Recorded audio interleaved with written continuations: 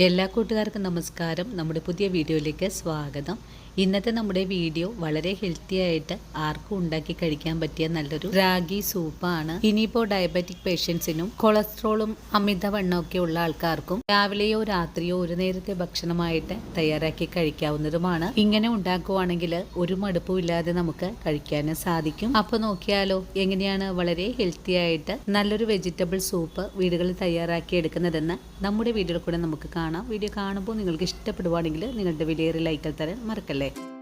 നമുക്ക് healthy soup തയ്യാറാക്കാൻ തുടങ്ങാം. ഇതിനായിട്ട് ഞാനിവിടെ ഓരോ ടേബിൾ സ്പൂൺ വീതം ചെറുപയർ, കടല, വെളുത്ത കടല, റാഗി, വൻപയർ, ചെറുപയർ, ഉലുവ അങ്ങനെയുള്ള ധാന്യങ്ങളാണ് ഇവിടെ എടുത്തിട്ടുള്ളത്. നിങ്ങൾക്കിപ്പോൾ നിങ്ങളുടെ കൈവശമുള്ള എന്താണോ ധാന്യങ്ങളായിട്ടുള്ളത് വീട്ടില് അതെല്ലാം എടുക്കാവുന്നതാണ്. അതുപോലെ തന്നെ ഒരു ടേബിൾ സ്പൂൺ അളവിൽ തന്നെ ഗ്രീൻ പീസും എടുത്തിട്ടുണ്ട്. ഇനി നമുക്കിത് തലേ ദിവസം തന്നെ വെള്ളത്തിൽ കുതിർത്തി എടുത്തിട്ടുള്ളത് കൊണ്ട് വെന്തു വരാനായിട്ട് വളരെ എളുപ്പമാണ്. അതുപോലെ നിങ്ങൾക്ക് ഈ ഒരു ചേരുവകള് ഒരു ദിവസം മുഴുവനും രാത്രി കുതിർത്തി വൈകുന്നേരമൊക്കെ ആകുമ്പോൾ ആ ഒരു വെള്ളം മാറ്റിയിട്ട് ഒന്ന് മൂടി വെക്കുവാണെങ്കിൽ ഇത് നല്ല പോലെ തന്നെ ഒന്ന് മുളച്ചു വരും. ആ ഒരു രീതിയിൽ മുളച്ചു വന്നിട്ടുള്ള ഈ ഒരു ചേരുവകൾ വെച്ചിട്ട് നല്ലൊരു ഹെൽത്തി ആയിട്ടുള്ള സൂപ്പും തയ്യാറാക്കാം. ഇതെല്ലാം കുക്കറിലേക്ക് മാറ്റാം. ഇനി ഇതിന്റെ ഒരു കൂടെ തന്നെ 5-6 ബീൻസും ഒരു ക്യാരറ്റും ആണ് നുറുക്കിയെടുത്തിട്ടുള്ളത്. ഇത് നന്നായിട്ട് കഴുകിയതിന് ശേഷമാണ് നുറുക്കിയെടുത്തിട്ടുണ്ടായിരുന്നത്. ഇതുകൂടെ നമുക്കിതിലേക്ക് ചേർക്കാം. ഇനി നമുക്ക് 1 കപ്പ് വെള്ളം ഒഴിച്ചു കൊടുക്കാം.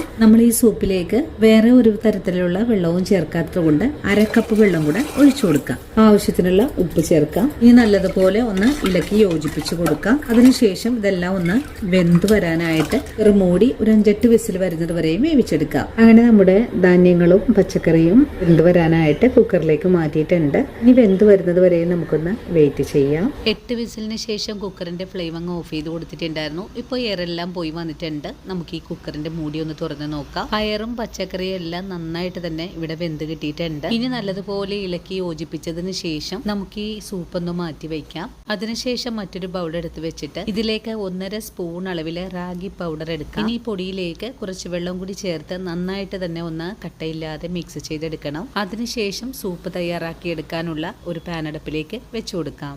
പാൻ ഒന്ന് ചൂടായി വരട്ടെ. ഇപ്പോൾ പാൻ ചൂടായി വന്നിട്ടുണ്ട്. നമുക്കിതിലേക്ക് 2 സ്പൂൺ അളവില് ബട്ടർ ചേർക്കാം. ബട്ടറിന് പകരമായിട്ട് നിങ്ങൾക്ക് നെയ്യും ഉപയോഗിക്കാവുന്നതാണ്. നമുക്ക് വേണ്ടത് ഒരു 10 വെളുത്തുള്ളി അല്ലിയും 2 പച്ചമുളകുമാണ്. ഇത് നമുക്കിതിലേക്ക് ചേർക്കാം. ഇനി വെളുത്തുള്ളിയും പച്ചമുളകും നല്ലതുപോലെ ഒന്ന് മൊരിയിച്ചെടുക്കാം. ഇപ്പൊ നമ്മുടെ കുഞ്ഞുങ്ങൾക്കൊക്കെ കൊടുക്കാനാണെങ്കിൽ നിങ്ങൾ ഈ പച്ചമുളക് ചേർക്കുന്നത് ഒഴിവാക്കാം. നമ്മൾ മുതിർന്നവർ കഴിക്കുമ്പോൾ അല്പം എരിവോടുകൂടി കഴിക്കാനാണല്ലോ ഇഷ്ടം. അതിനു വേണ്ടിയിട്ടാണ് ഈ ഒരു പച്ചമുളക് ചേർത്തിട്ടുള്ളത്. ഇത് ഒരുപാടൊന്നും ചേർത്തിട്ടില്ല കേട്ടോ. 2 പച്ചമുളക് മാത്രമാണ് ചേർത്തിട്ടുള്ളത്. ഇപ്പോൾ വെളുത്തുള്ളി എല്ലാം നന്നായിട്ട് തന്നെ ഒന്ന് മുരിഞ്ഞു വന്നിട്ടുണ്ട്. ഈ ഒരു പാകമായാൽ പിന്നെ നമുക്കിതിലേക്ക് ഒരു കുഞ്ഞ് സവാള ഒന്ന് കട്ട് ചെയ്തതാണ് ചേർക്കുന്നത്. സവാള ചേർത്ത് ഒന്നുകൂടെ വഴറ്റാം.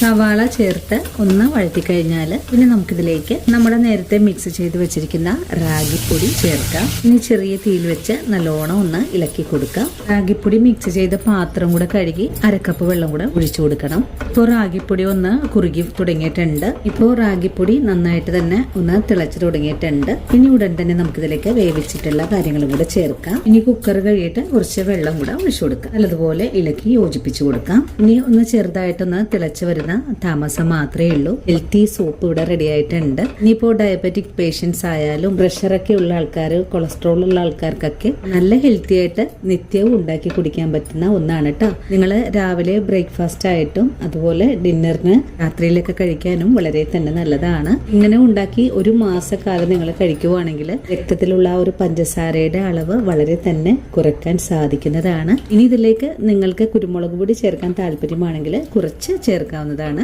ഇപ്പോൾ നമ്മുടെ ഹെൽത്തി സൂപ്പ് ഇവിടെ നല്ല പോലെ തന്നെ തിളച്ചുകൊണ്ടിരിക്കുവാണ്. ഇതുപോലെ ഒന്ന് തിളച്ചു കഴിഞ്ഞാൽ പിന്നെ നമുക്കിതിലേക്ക് അല്പം പുതിനയില കൂടെ ചേർത്ത് കൊടുക്കാം. പുതിനയില ചേർക്കുന്നത് ഈ ഒരു ധാന്യങ്ങൾ കഴിക്കുമ്പോൾ നമ്മുടെ വയറിനുണ്ടാവുന്ന ആ ഒരു ഗ്യാസ് ഒഴിവാക്കുന്നതിന് വേണ്ടിയിട്ടാണ് പുതിനയില ചേർക്കുന്നത്. പുതിനയില ഇതുപോലെ ഒന്ന് കീറിയതിനു ശേഷം ചേർക്കാം. നിങ്ങൾക്ക് മല്ലിയില ചേർക്കാനാണ് താല്പര്യമെങ്കിൽ മല്ലിയിലയും ചേർത്ത് കൊടുക്കാവുന്നതാണ്. പുതിനയിലയും കൂടെ ചേർത്ത് ഒന്നും കൂടെ ഇളക്കി യോജിപ്പിച്ചതിന് ശേഷം നമുക്ക് സെർവിംഗ് ബൗളിലേക്ക് മാറ്റാവുന്നതാണ്. അപ്പോൾ ഇന്നത്തെ നമ്മുടെ വീഡിയോയും ഇത്രയുള്ള കൂട്ടുകാരെ, ഈ ഒരു വീഡിയോയും കണ്ടിട്ട് എല്ലാവരും നിങ്ങളുടെ വീടുകളിൽ ഇതുപോലെ ഒന്ന് തയ്യാറാക്കി കഴിക്കണേ. അപ്പോൾ ഇന്നത്തെ നമ്മുടെ വീഡിയോയും ഇത്രയുള്ള കൂട്ടുകാരെ. അപ്പോൾ ഇനിയും നല്ലൊരു വീഡിയോ ആയിട്ട് നാളെയും കണ്ടുമുട്ടാം. അതുവരെ ഒത്തിരി സ്നേഹത്തോടെ വീണ്ടും കാണാം.